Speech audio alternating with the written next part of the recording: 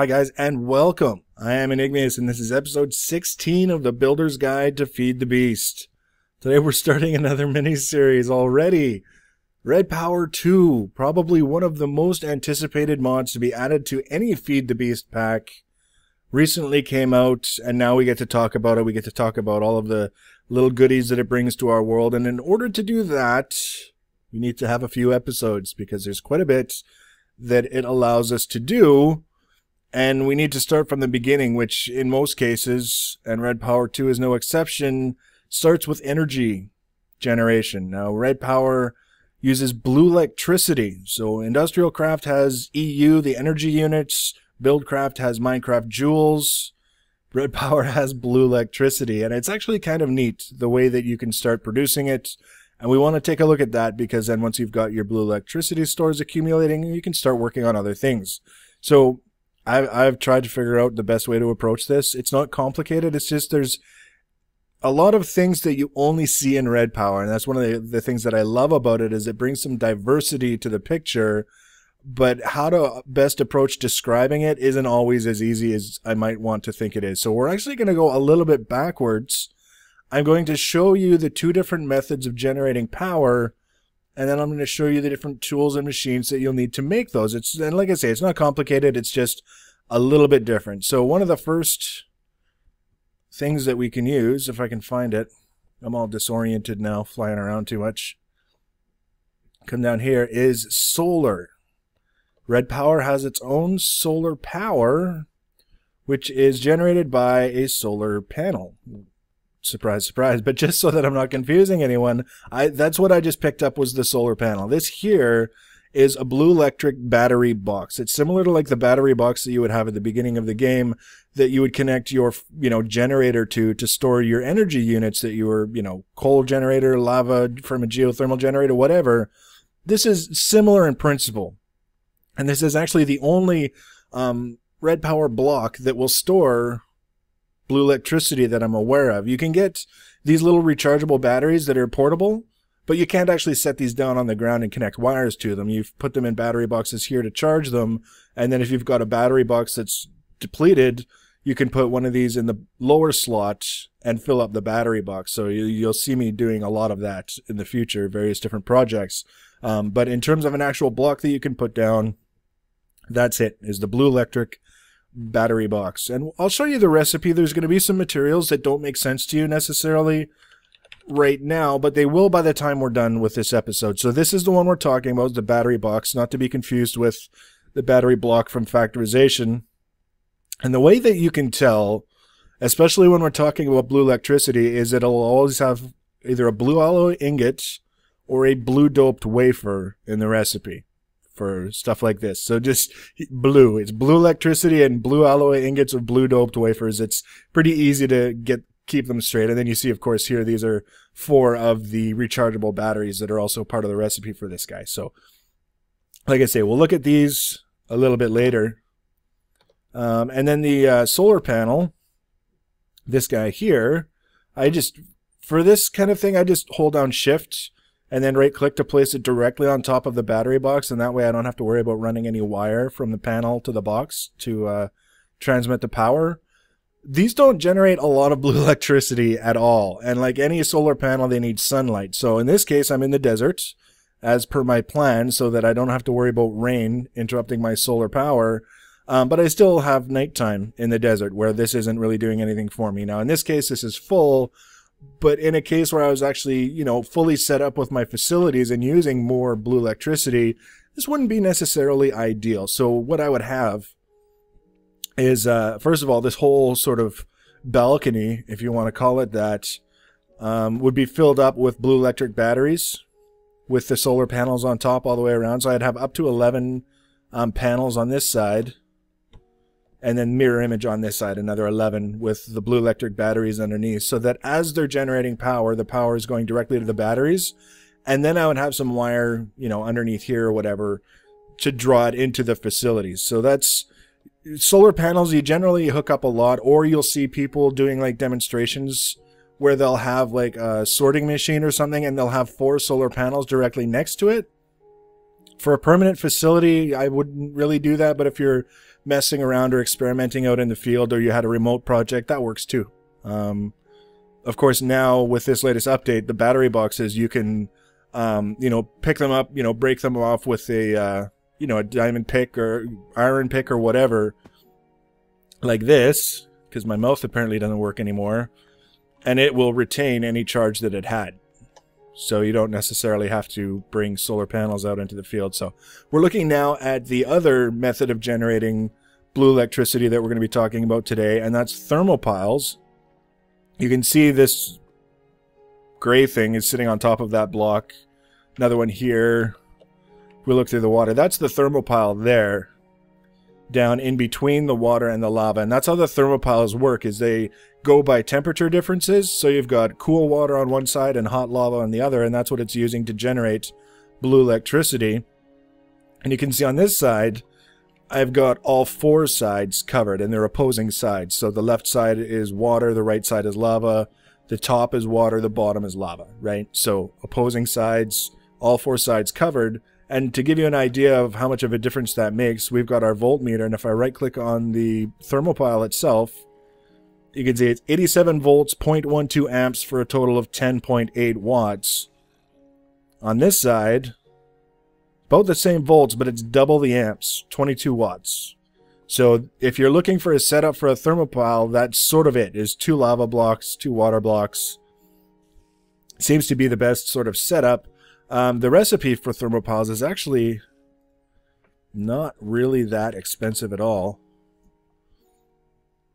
That's it there. The thermopile is another blue alloy ingot, blue doped wafers, which we'll look at in a little while.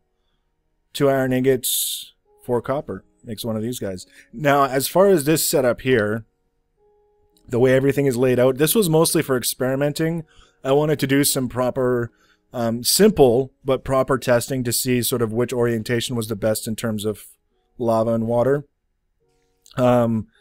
But by the next episode, I'll have this setup filled out a little bit better, and you should be able to see a slightly more effective setup than what I've got going on right now. So mostly I just, you know, you can see this most simple singular application, and then once we get into spreading it out to generate even more power, it should make a little more sense. So that's it. That's solar power, thermopiles, and the battery box where we put the energy. So now we need to go look at how we make those special materials that go into all of these things. Remarkably straightforward, but like I say, it's unique to Redpower in the sense that you don't use these materials anywhere else in the game. So this is my Redpower chest, which, I mean, there's enough unique things at play that it's well worth having one chest just for Redpower. So you can see blue alloy ingots, red alloy ingots, silicon wafers, which turn into blue doped wafers and red doped wafers. Let me get this crap out of the way so that we can isolate what we're looking at here. So these are all very, very similar in the ratios and the ways that they're made. But before we go too far ahead, I'll just show you. This is the machine that you will start initially making these alloys with. This is the alloy furnace, the aptly named alloy furnace. This is the basic model. This is the one that you'll make first. You can see it runs on coal. And it's very, very similar to the cobblestone furnace that you would use at the beginning of the game, except it's got 9 slots for items that you can put into it. And part of that is the items that you'll be making usually have 2 separate ingredients. Like, for example, the red alloy ingots use copper or iron, you have a choice, and redstone.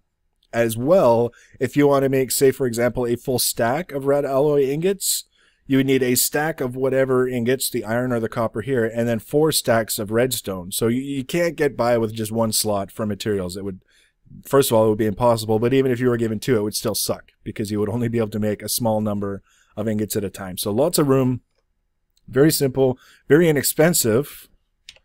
If we look at the alloy furnace,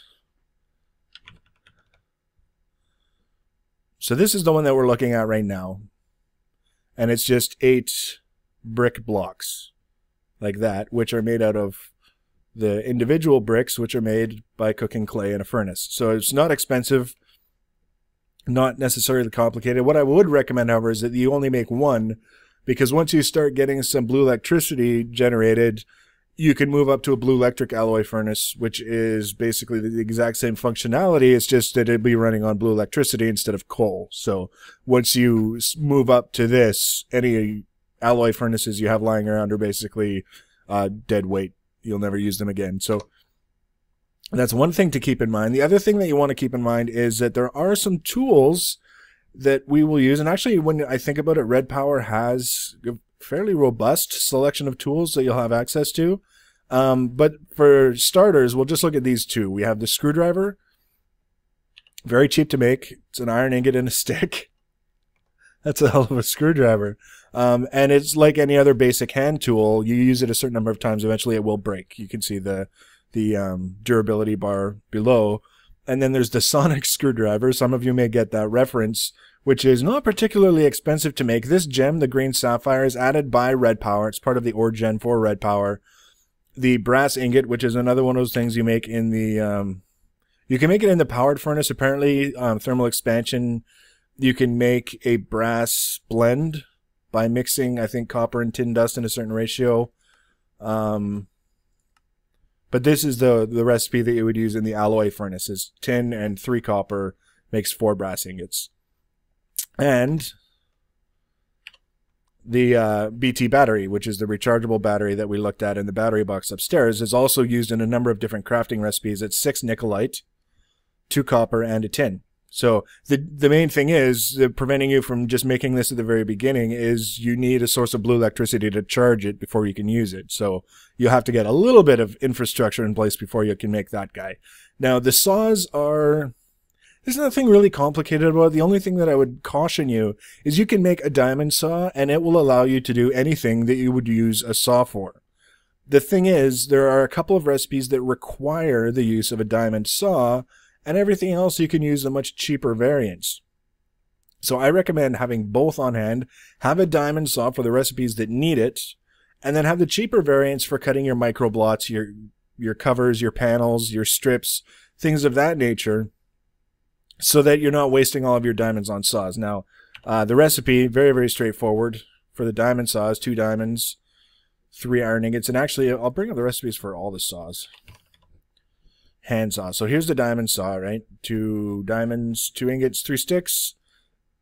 The iron saw is the same layout, just iron instead of diamonds. Sapphires instead of diamonds, right?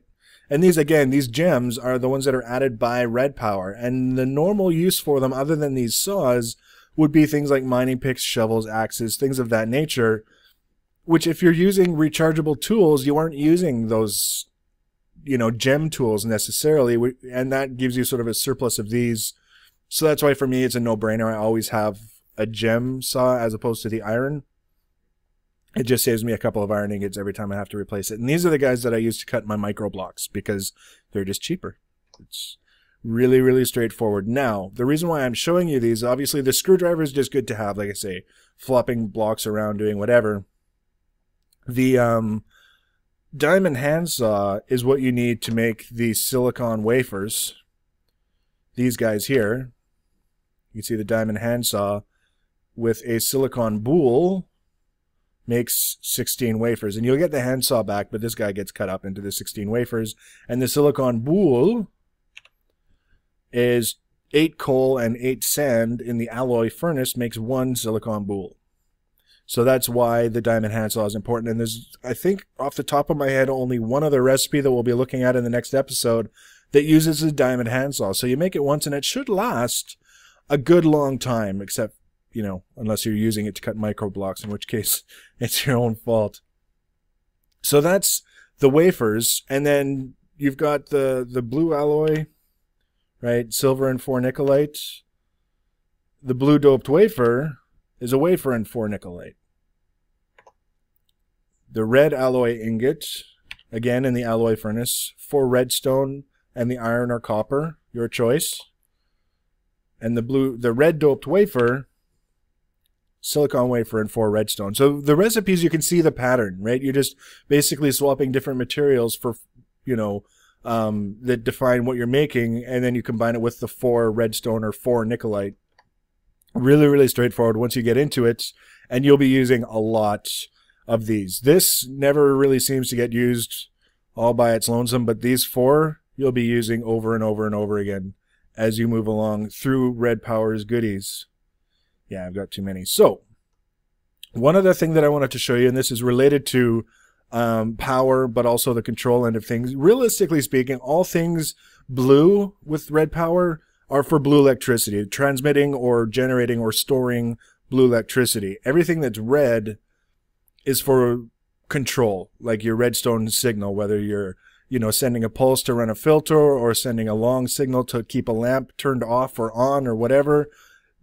Red control, blue is power. Just silly little thing that I noticed. But you need wires occasionally to connect things together, and there's a couple of different options that you have for both the blue and the red wires.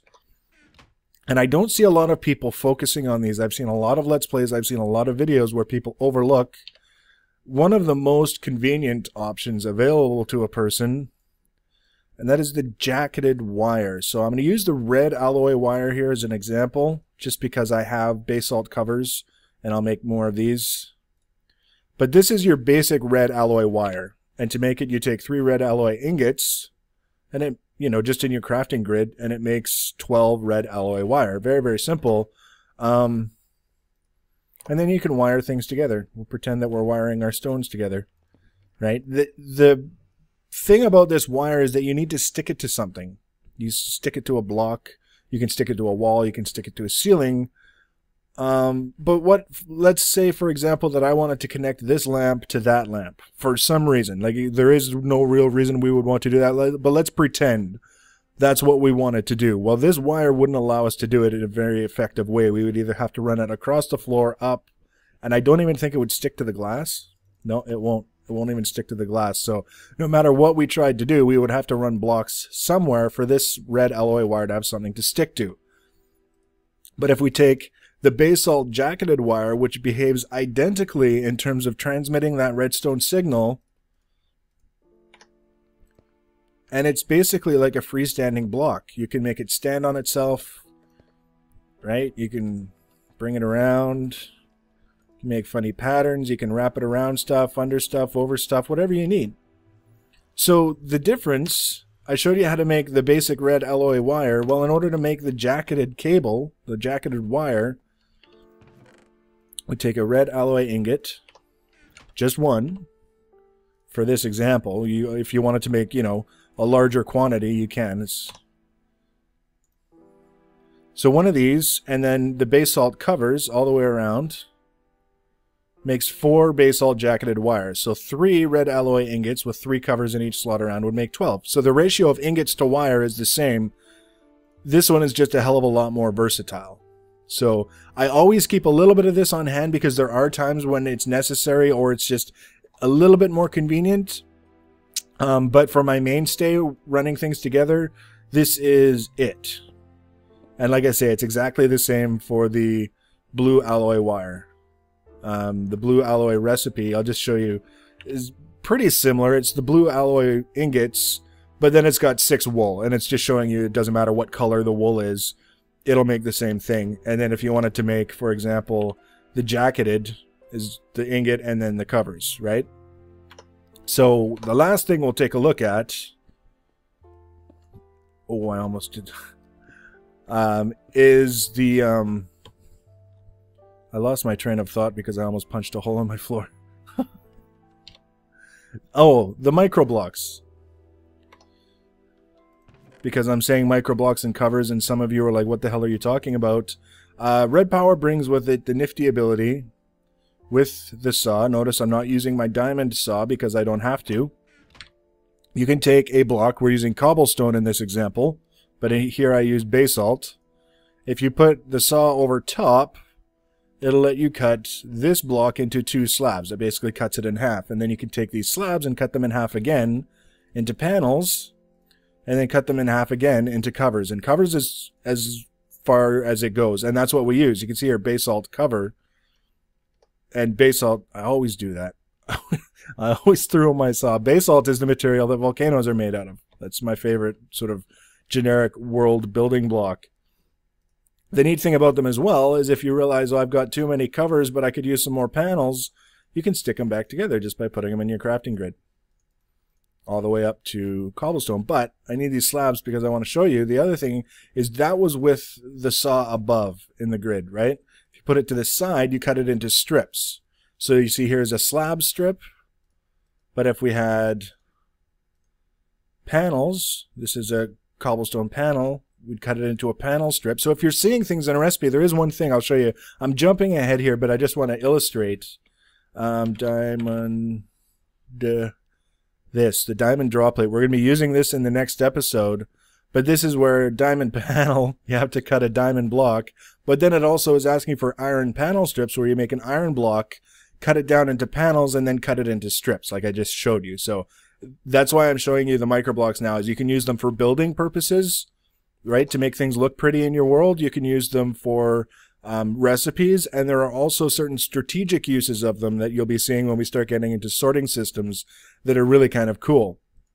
So that's the micro blocks in a nutshell, I guess, is where we're at. So that's it. You've seen solar panels, you've seen battery boxes, you've seen thermopiles, you've seen how to make them, you've seen how to set them up. That's as far as we've gotten. Don't feel bad if you're wondering why the hell we haven't connected them to any machines. It's because we haven't got that far yet. So next episode, we're going to look at the kinetic generators. That sounds like a hell of a lot of fun.